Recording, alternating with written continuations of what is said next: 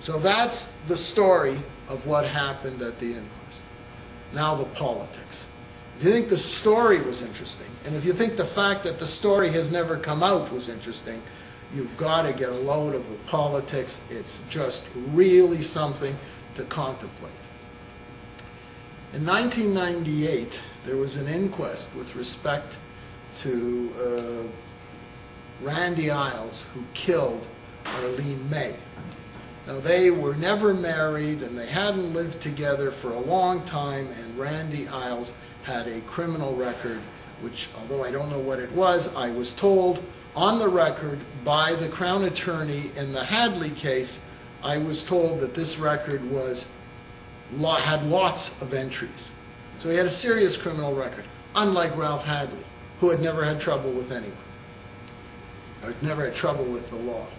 So, as a result of the May Isles inquest, a number of recommendations came forward from the inquest jury.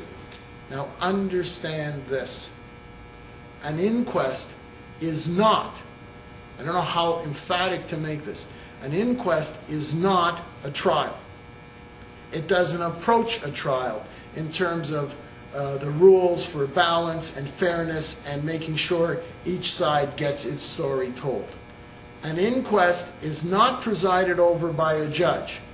It's presided over by a physician.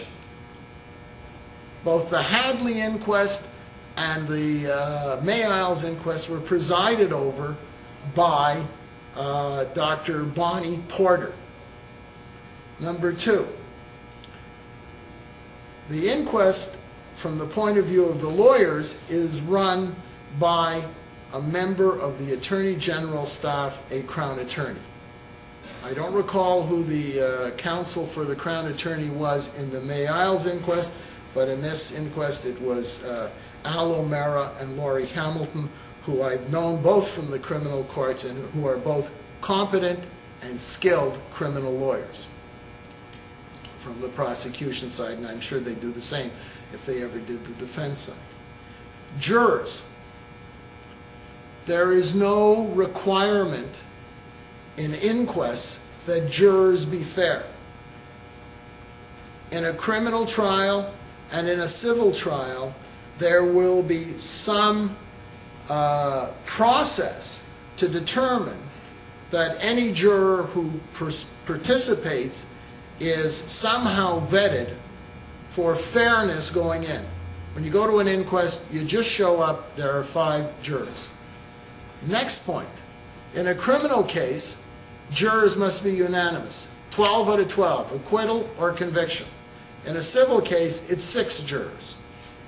In an inquest, it's 3 jurors to make a recommendation. So you have a process which is not a trial. You have a process where the jurors aren't vetted, or if they are, we certainly don't know about it because there's no way in the law for vetting them, and only 3 have to participate or agree for a recommendation to come forward. Now, an inquest jury's recommendations have no force in law.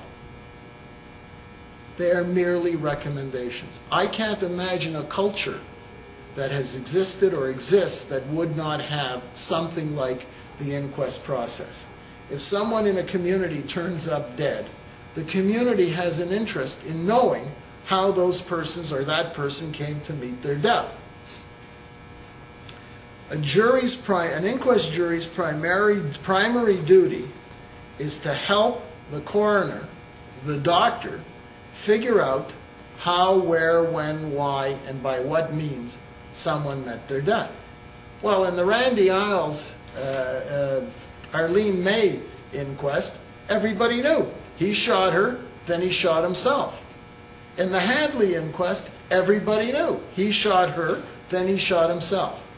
Well, there's a part of the Coroner's Act that says, the legislation that governs inquests, that says there's a secondary aspect to inquests, and that's to educate.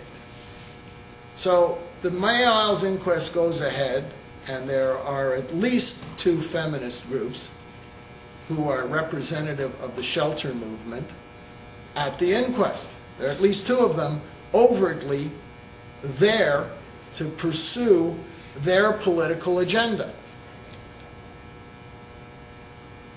Now, as a result of what I've told you about inquests, the best an inquest can do is say when there's a construction accident and a man, because it's inevitably a man, is killed, maybe there should be a bylaw or there should be something in the Construction Safety Act that says when somebody goes into a pit below 6 feet, a certain kind of shoring ought to be applied, or that the walls ought to be done in a certain way.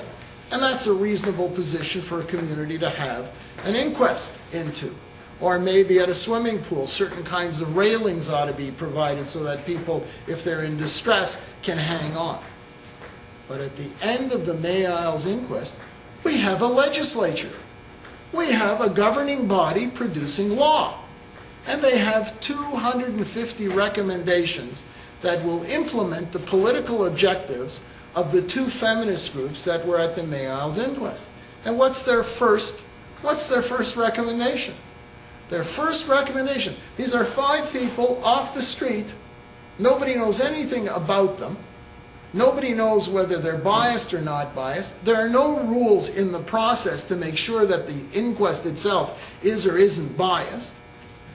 The first recommendation is they set up a committee of 10 people, 5 people who would definitely identify themselves in the feminist category, called community organizations, and 5 bureaucrats to oversee the implementation of the other 249 recommendations.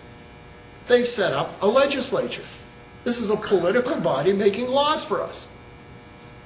So the May Isles inquest goes forward, and the Tory, and it comes up with its recommendations, and the Tory government says, okay, we'll give you anything you want as long as it doesn't cost money.